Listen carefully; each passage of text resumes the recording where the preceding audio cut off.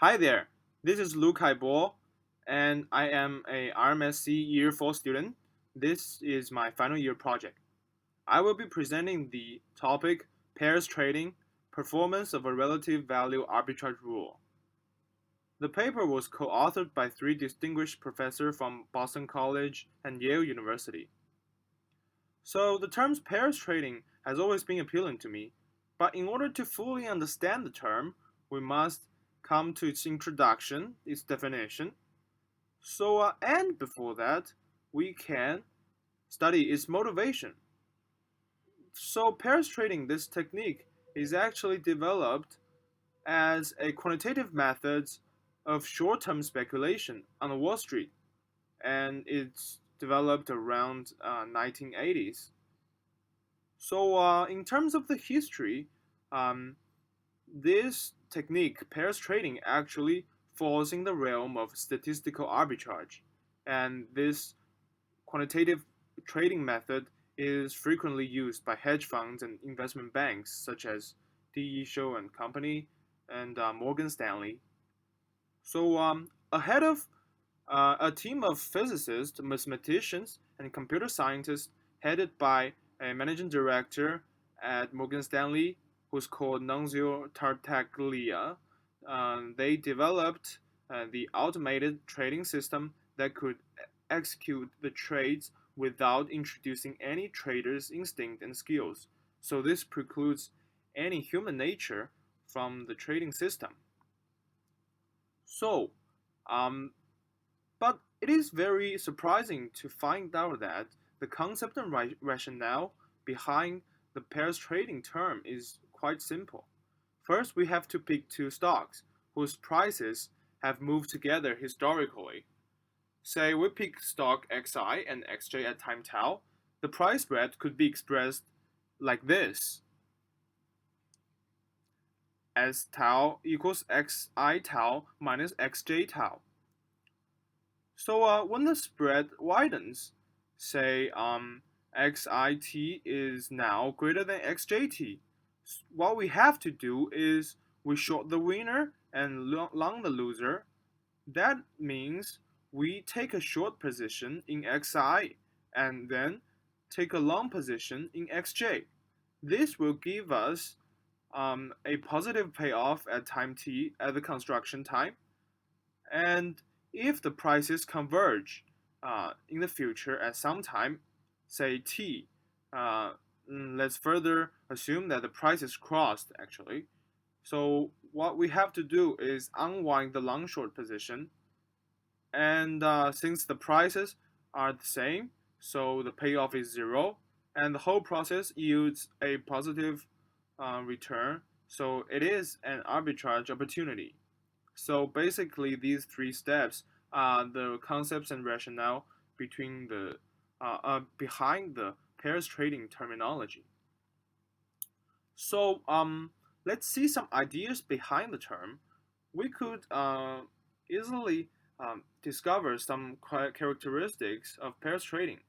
First of all, it utilizes the mean reversion characteristics of the stock return, because according to the mean reversion description, the tendency of stocks to revert towards their mean returns at certain time horizons will certainly help build this strategy. And furthermore, this strategy is self financing because the proceeds from the sale of the stock, in the early example, is the sale of XI, will be used to finance the purchase of another stock, which is XJ. And um, the portfolio can achieve a market neutral condition by adjust the weights of two stocks in the pair. Say you have two stocks in your portfolio, xi minus r times xj, where r is the ratio, is the rate, is the weight. When we are calculating the beta of the whole portfolio, we want the whole portfolio's beta equals zero. So we have to adjust the ratio to be beta xi over beta xj. Now, after having studied a little bit more about pairs trading, we can sniff the essence of pairs trading. So it is actually um, a method of contrarian investment. What does contrarian investment mean? Contrarian, contrary means you do the opposite of others, what others does. So we sell stocks that have done well relatively to their match and buy those that have done very poorly. This is very against human nature. And we have come to the second part of our presentation, which is the research abstract.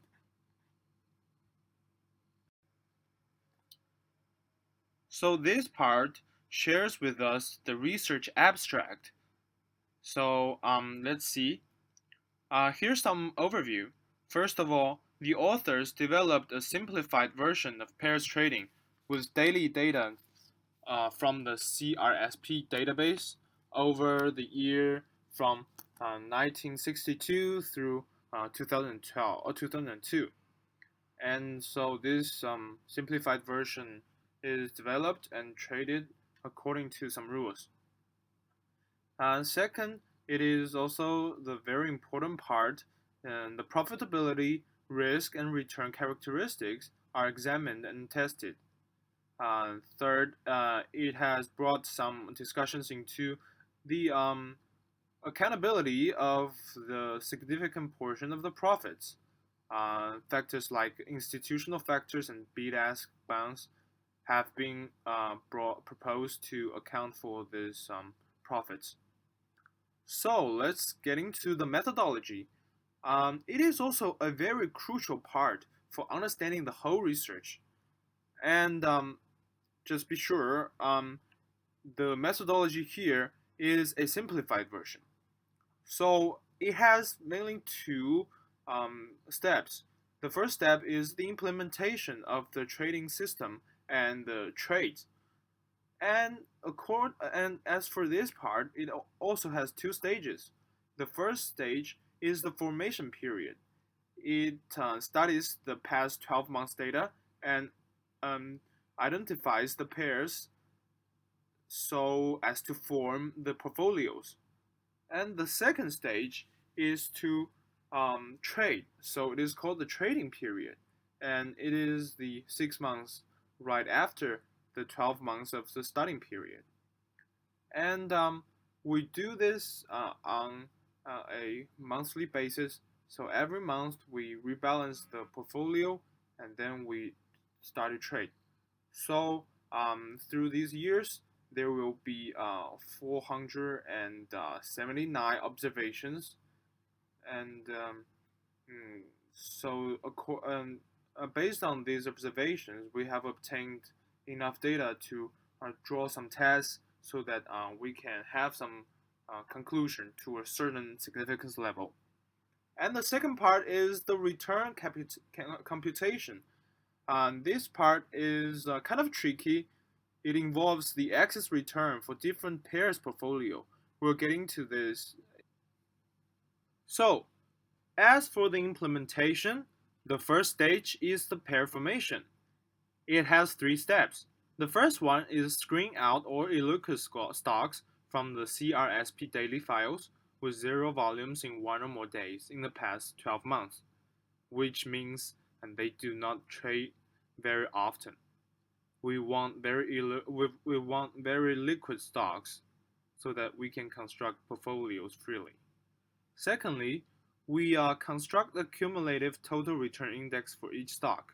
This is in effect the normalization of the stock prices, but we do not take the usual approach. We take this cumulative TRI to serve as the normalized price series. Um, the difference between cumulative total return index and cumulative total price index is that return index takes into account the dividends. It assumes that all dividends are reinvested in the stocks. But since we are using the CRSP adjusted prices, we should only consider it as the normal price. So the CTRI for xi at time tau is defined as log of xi at time tau over xi at time 1. Tau here is the number of the trading days. There are around 252 trading days per annum. There will be one plus or minus change for different years. The third step is to find the sum of squared deviation between two normalized price series. This serves as a metric or a standard for us to choose the pairs to determine which pair is more closely related. So SSD between I and J is defined as the summation from 1 to 252 of each day's TRI between two stocks, the difference of them. So it's TRIXI at time t minus TRIXJ at time k, and take the square of it, then sum all them up. This serves as the metric for us to judge, for us to rank the pairs, and we will have many portfolios like this. So there are three portfolios that we are most interested in. The first one is the top 5 portfolio, which consists the top 5 pairs with the greatest historical SSD. And the top 20 as follows is respectively the top 20 stocks as pairs with the greatest historical SSD. And interestingly, we are looking into the 20 after top 100 portfolio. It is the 101st to 120th pairs with the greatest historical SSD. This could serve as a comparison to the top 20 because there are some characteristics within the top 20 pairs. And as for these three portfolios, we assign equal weights to each pair. So, for example, if we have $1 in hand, we assign $0.2 to the top 5 each pair, and we assign only $0.05 to each pair in top 20 portfolios. And the second stage of implementation is the trading period. Trading period first, we follow the 12-month starting period formation period. We begin to trade our position directly after for the next 6 months. And as we have talked about in before the aforementioned 1 month rebalancing period, we rebalance the portfolio after 1 month. And the most important part of the trading period is the algorithm. Is the rules that we will be based on when we trade. We first will open a position in a pair when prices diverge by more than 2 historical standard deviation. Here it means if TRI for XI at time t minus TRI for XJ at time k, the difference is greater than SSD between I and J over the number of trading days minus 1. Then we will open the long short position. We'll start to take the long position of the loser and take the short position of the winner. And we will close the position at the next crossing of prices.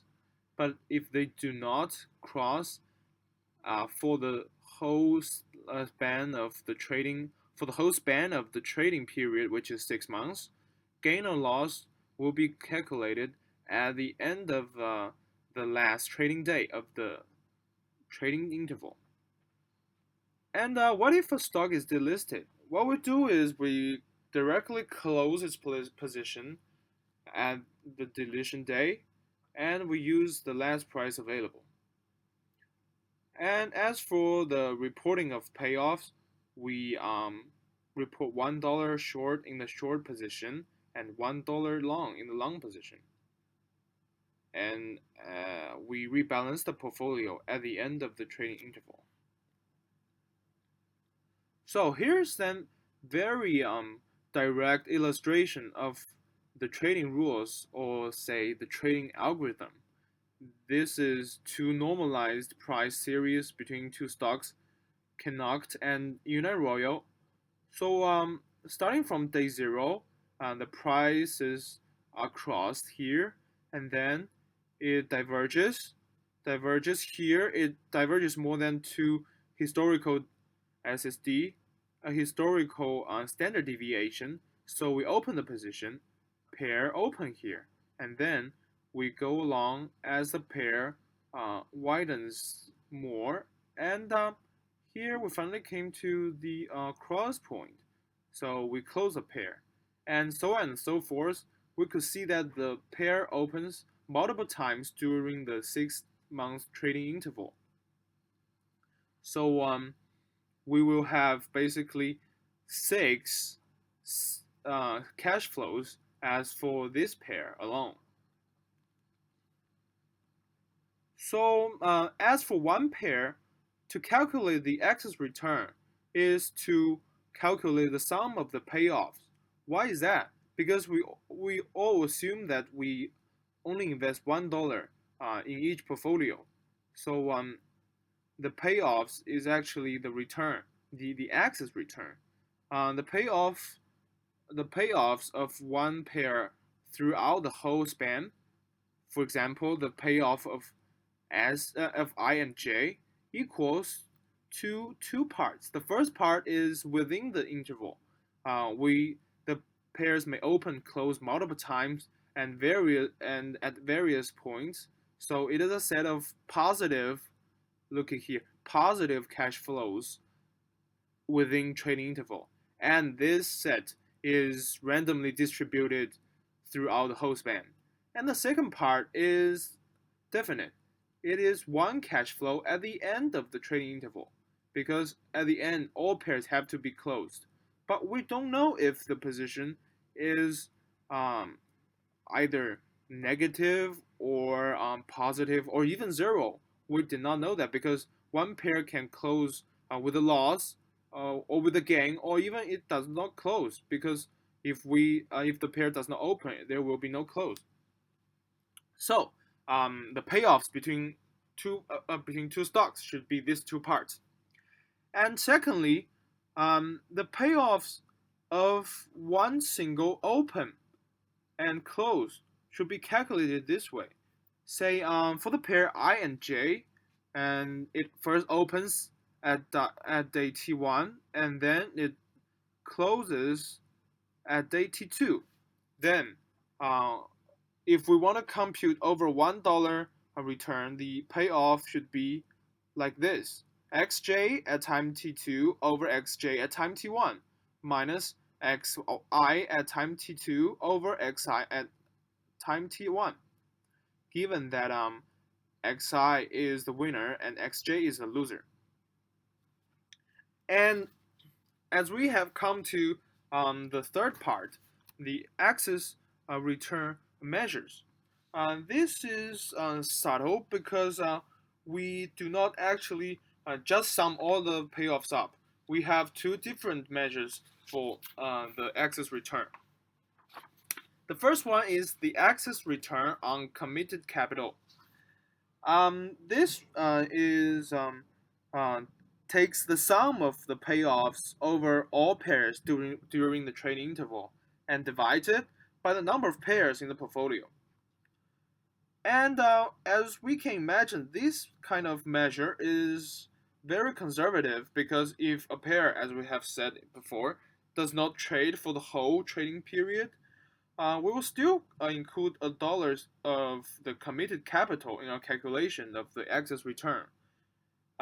Let's say if you're a hedge fund, would you be more flexible in your resources if the pairs does not trade at all? Will you allocate the capital to other places?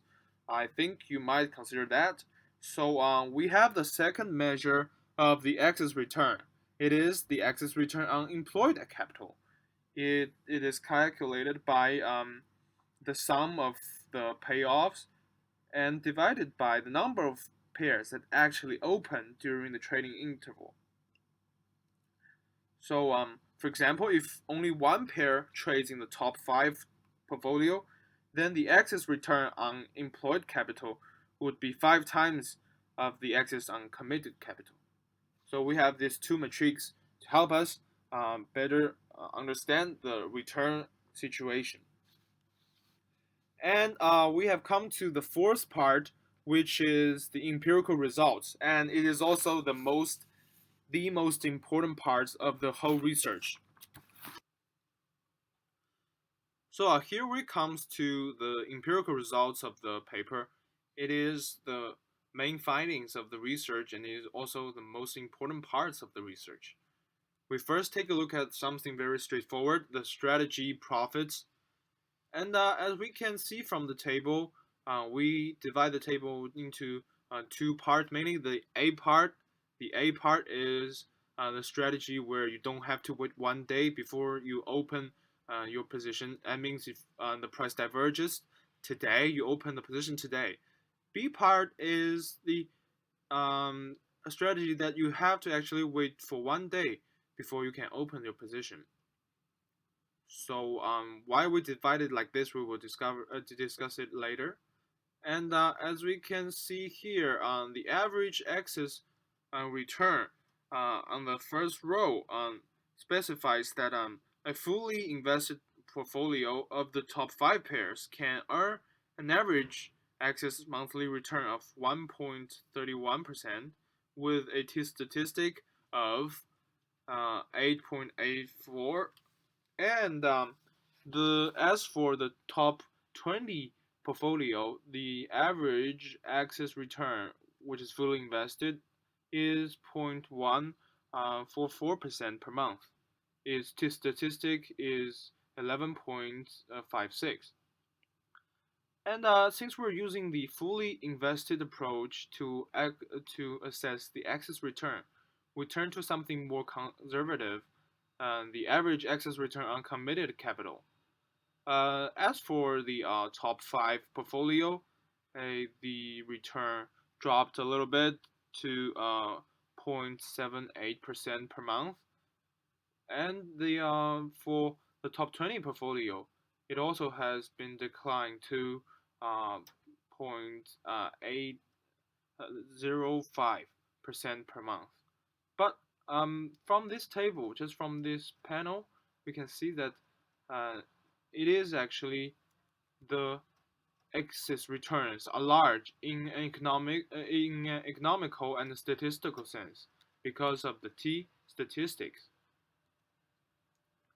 And as we sift through the remainder of the panel A, we can see that mm, diversification effects actually works, because let's focus on the standard deviation part of this um, form. We can see clearly the standard deviation from top 5 all the way to all pairs have been dropping all the way. Yes, because of more pairs involved in the portfolio, diversification can be more easily achieved. And during the full samples period of 474 months, a portfolio of 20 pairs experienced 71 monthly periods with negative payoffs, and compared to 104 months for portfolio for the top 5 pairs. So the decrease in the standard deviation and the increase of the lower end of the return distribution, which is the minimum, it has been increasing, are also reflected in the increased skewness coefficient. And since pairs trading is in essence a contrarian investment strategy, as I have covered, so the returns may be biased upward because of the so-called bid-ask bonds. In particular, our strategy, what we do is we we set the stocks that we sell the stocks that have done well in the past and buy those have done poor. So part of the observed price divergence is probably because of the price movements between bid-ask quotes. The winner's price is very likely to be an ask quote, whereas the loser's price could be a bid quote. So we could actually um, make our returns biased upward because of this implicitly buying of the ask quote and selling of the bid quote. So what we do here is we construct the panel B. We wait for 1 day to make this to limit this effect to a certain amount, and part of the uh, as we can see from the corresponding data have been dropped very significantly, and the part of the drop in the winner's price can reflect in some way a bid quote bounce. So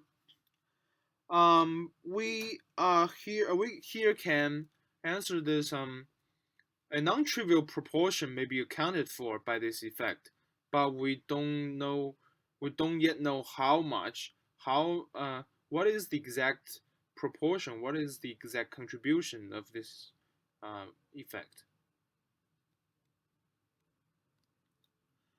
And since this data is not very up to date, and I have made the real data application myself using a different index. It is still within the U.S. territory. It is the S&P 100 index, which is also the OEX index.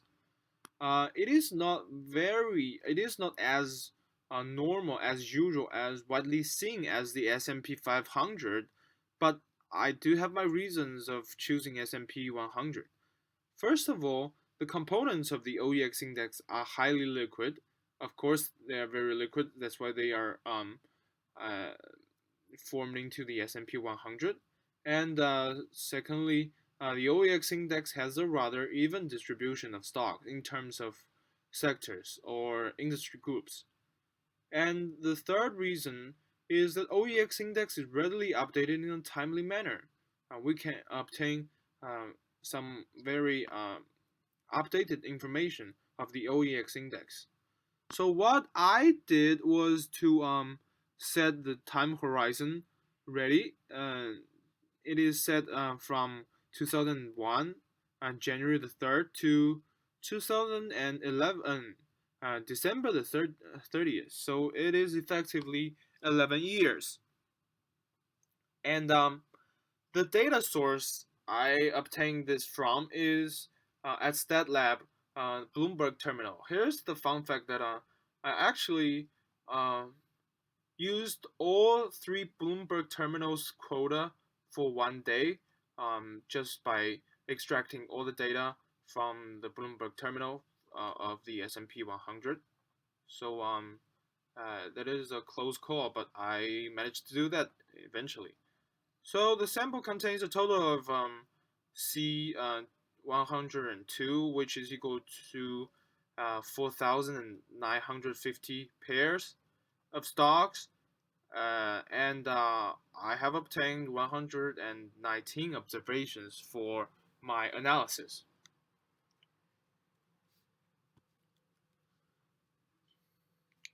I have constructed the top 5 and top 20 portfolios and all the portfolios as instructed by the trading system. And I also write VBA to implement the tradings. According to my data, I have this table sheet. Here you can see that the average axis return here is very, very similar to the data here, and so are other figures such as T statistics and average excess return on committed capital. I have also uh, changed a little bit about my algorithm of trading to 1 day waiting alternative strategy. And this strategy shows that this strategy actually confirms the author's theory that a non-trivial proportion of the profits are to be accounted for by the um, bid-ask bounce. And let's move to the second part of the empirical results, which is the trading statistics and portfolio composition. This is the table that the author have obtained from their dataset. As we can see here, it summarized the trading statistics and compositions. So we can see here is the for the top 5 pairs. For the first portfolio, the position typically opens when prices have diverged by 4.76%. So it is the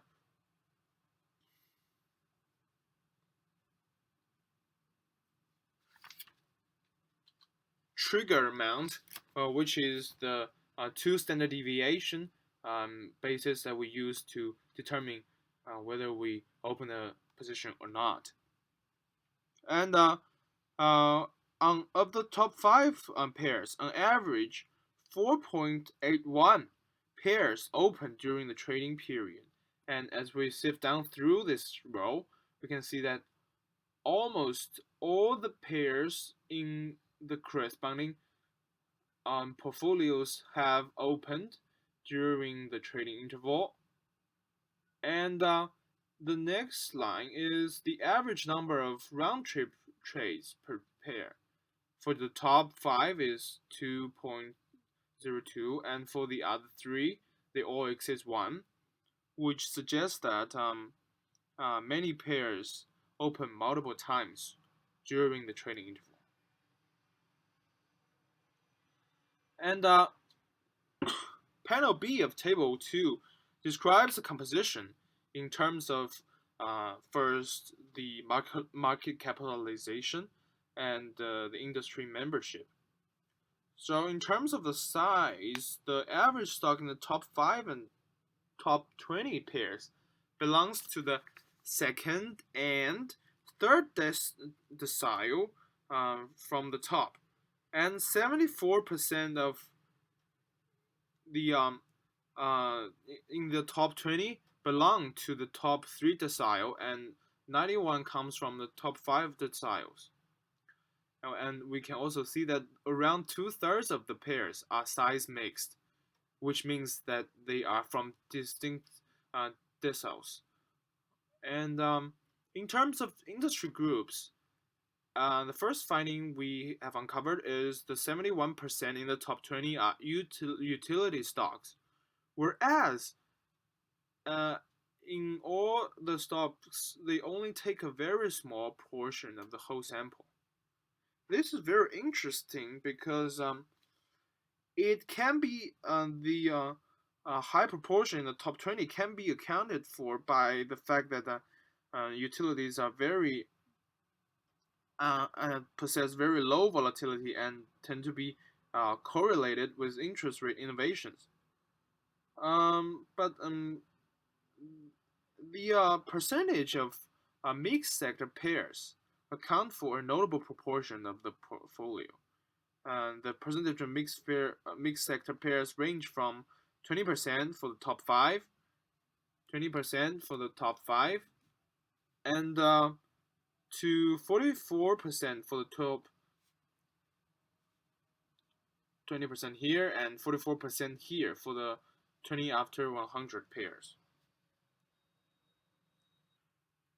And as for the real data application of the characteristics and composition of the trading analysis, I have also compiled data from my perspective. And as we can see from this table, the results are very, very similar to the aforementioned average price deviation, and also the average number of pairs traded, and also the round trip number. And in terms of the industry groups and the market capitalization, I don't see much too significant a difference is in here. So the third part is the time series characteristics. This part starts to deal with the risk. Time series characteristics.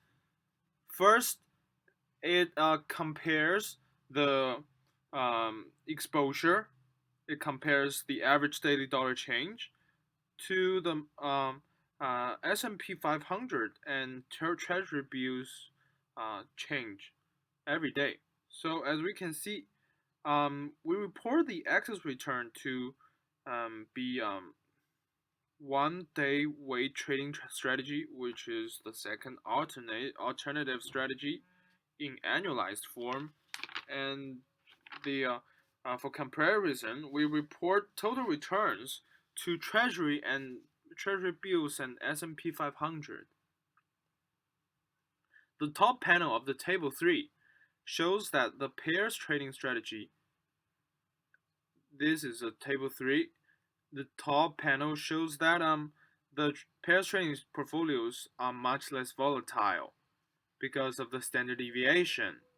As we can see, the standard deviation here is 0.049, 0.038, whereas this stands for the equity premium, which is the S&P 500 minus risk-free rate at Treasury bills, evidently.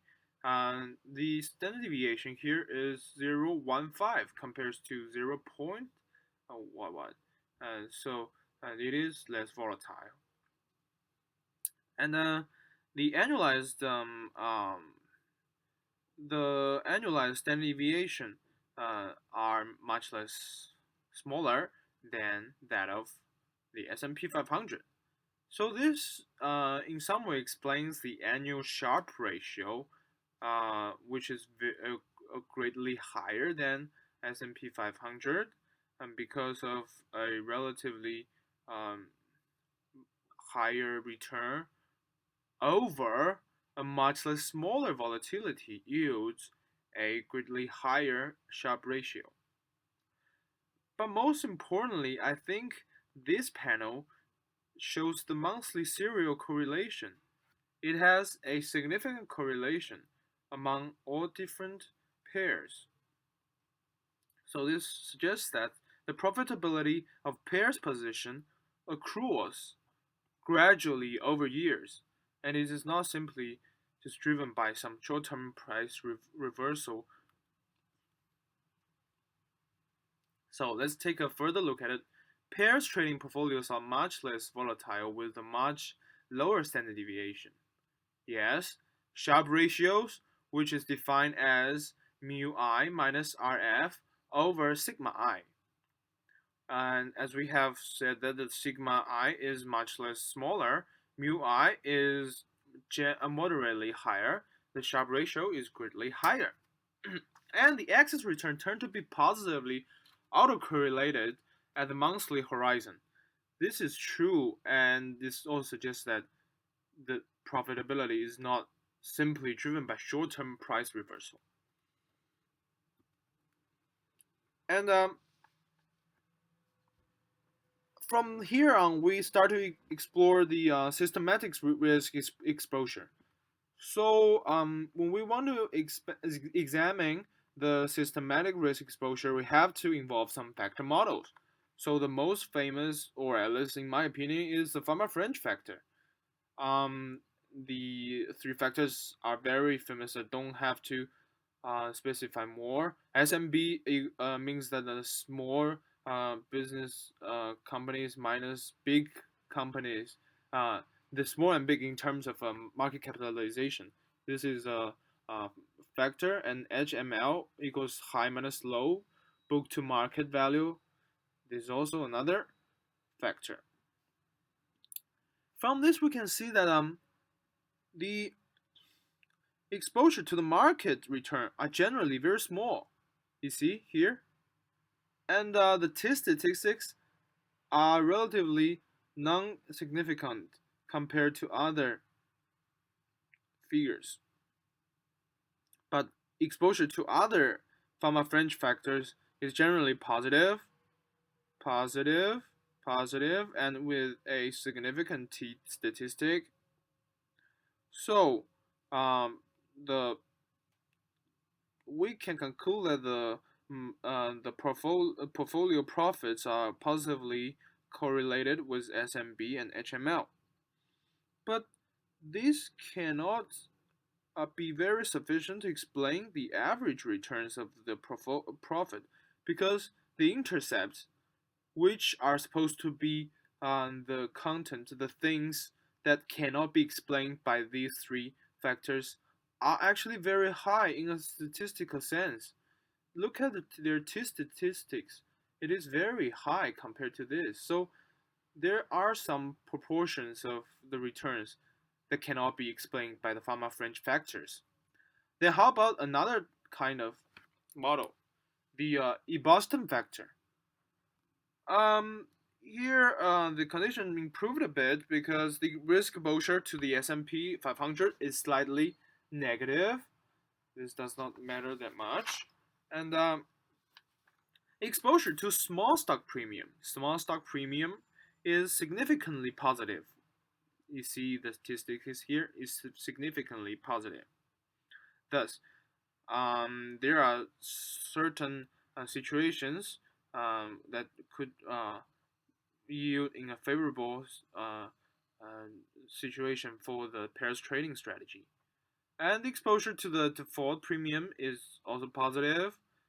To the horizon premium is also positive with some very great statistics. Um, One way to explain that the portfolios appear to be very sensitive to shifts in the yield curve is that it contains a lot of utility stocks, which are also sensitivity to interest rates. So these two in sums, let's go over this one more time. For pharma French model, the market return exposure of the portfolio are not significant. The returns are positively correlated with other pharma French factors. However, the exposure to pharma French factor are hardly sufficient because only about 100 basic points explained by these factors. How about the Boston model? It improved a little bit, but there are also parts that cannot be fully accounted for by this whole model. So, in conclusion, the source of the systematic risk that the portfolios are exposed to appears to be various sources. So there are many different kind of source. And despite a very low R squared in the test here, yes, in the test here, these strategies are definitely not factor neutral. And since we're talking about risk, we cannot get away with value at risk.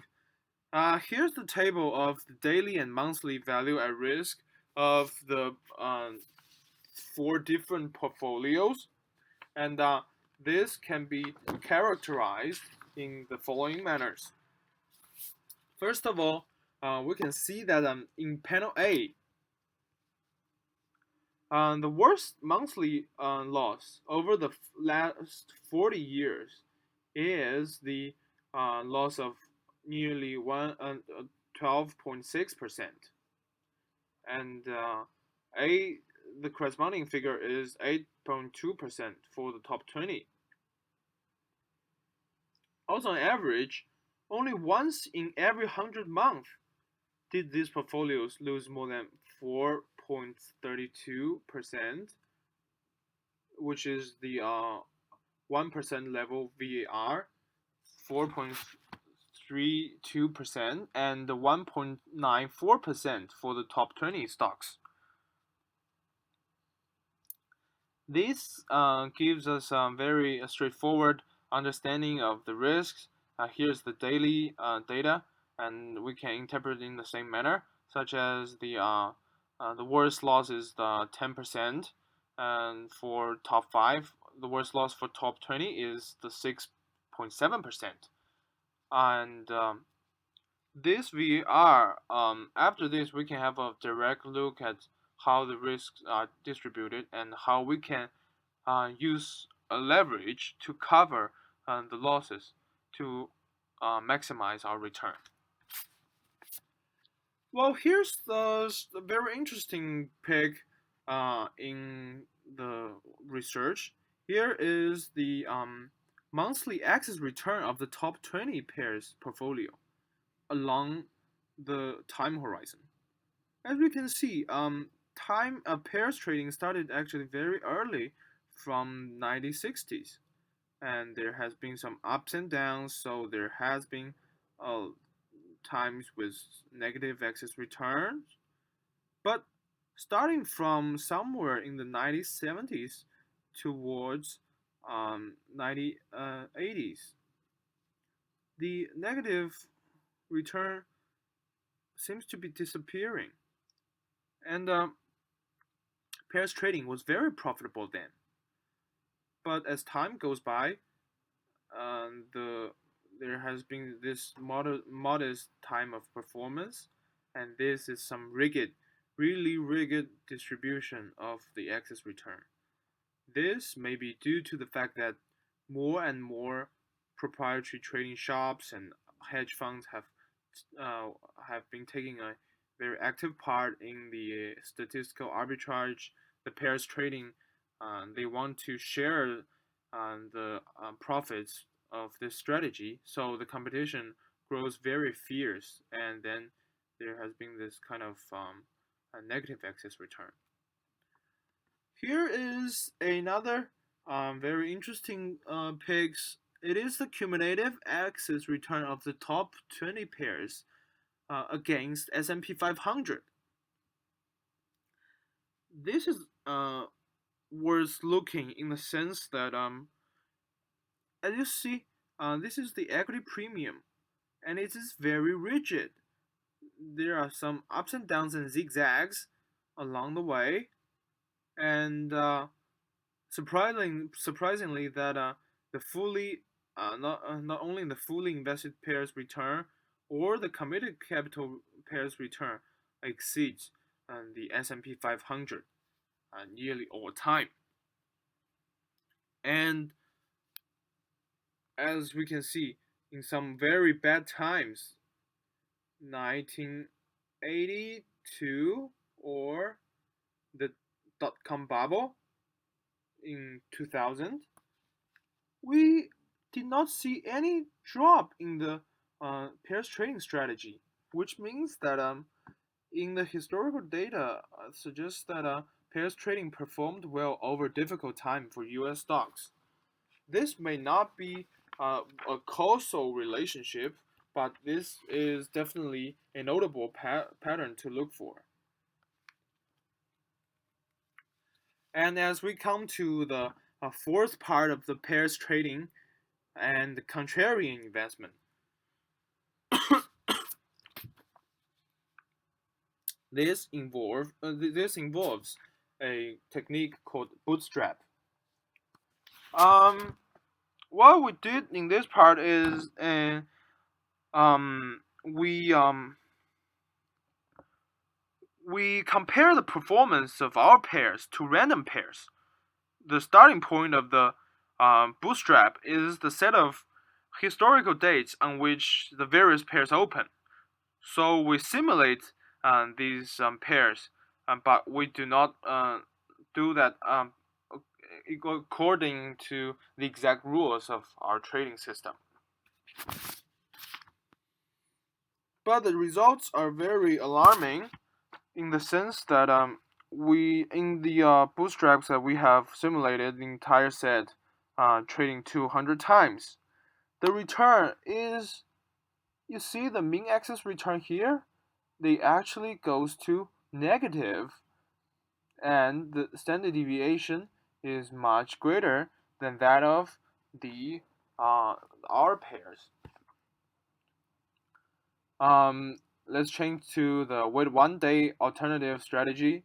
The trend does not seem to stop. The trend can also be detected. Standard deviation here.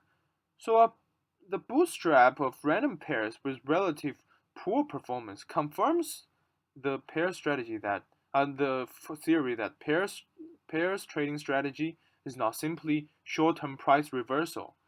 If you still remember the term, we talk about it here.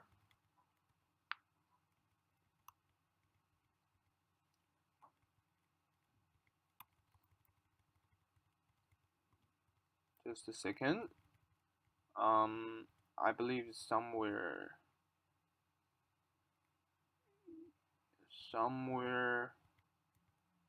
here.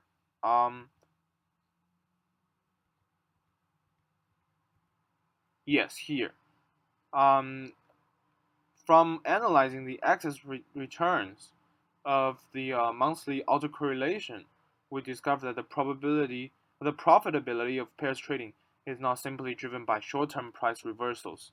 And here, our bootstrapping, our simulation confirmed our theory.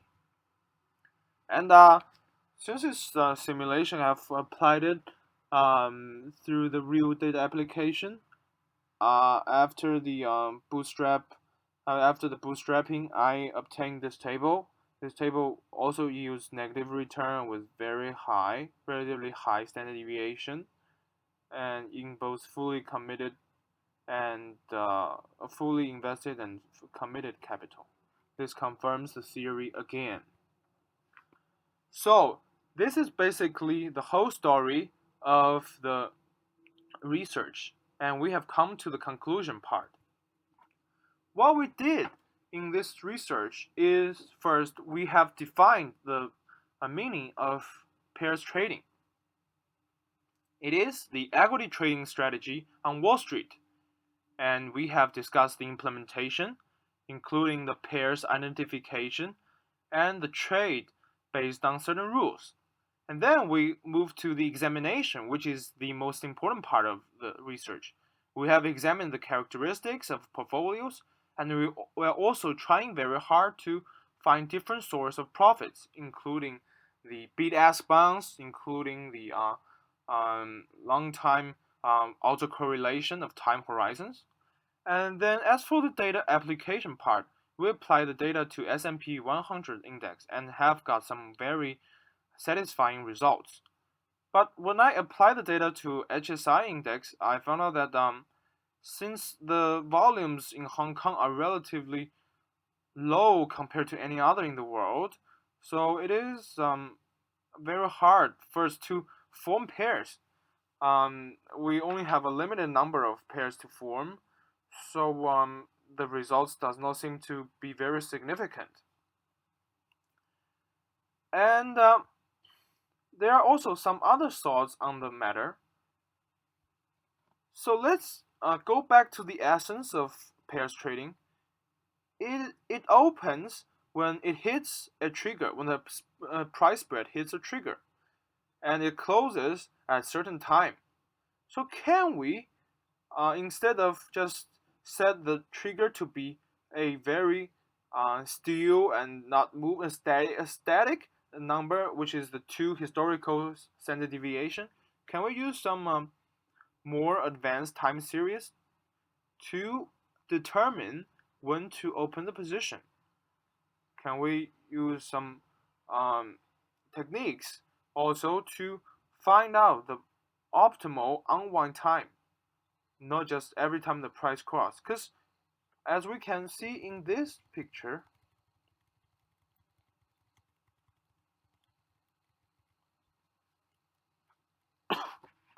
if we open the pairs here, we cannot enjoy the very large divergence here. So if we can use some time series to estimate the maximum divergence before the last cross, then we might have a better chance of having more profits. So is the optimal unwinding time.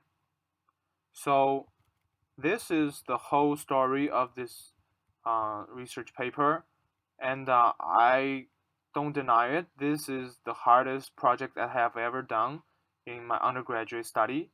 I have spent many times read through these whole strategies, and I find them very, very confusing. But in the end, first of all, I want to say that I'm really attracted to the algorithm trading or quantitative trading sides of finance. So I stuck around and I find out some very good theories and I present it. I hope that you will enjoy this presentation, and I hope in the future I'm going to study in America for the Master of Mathematical Finance degree. I hope I can further explore the relevant topics. So thank you.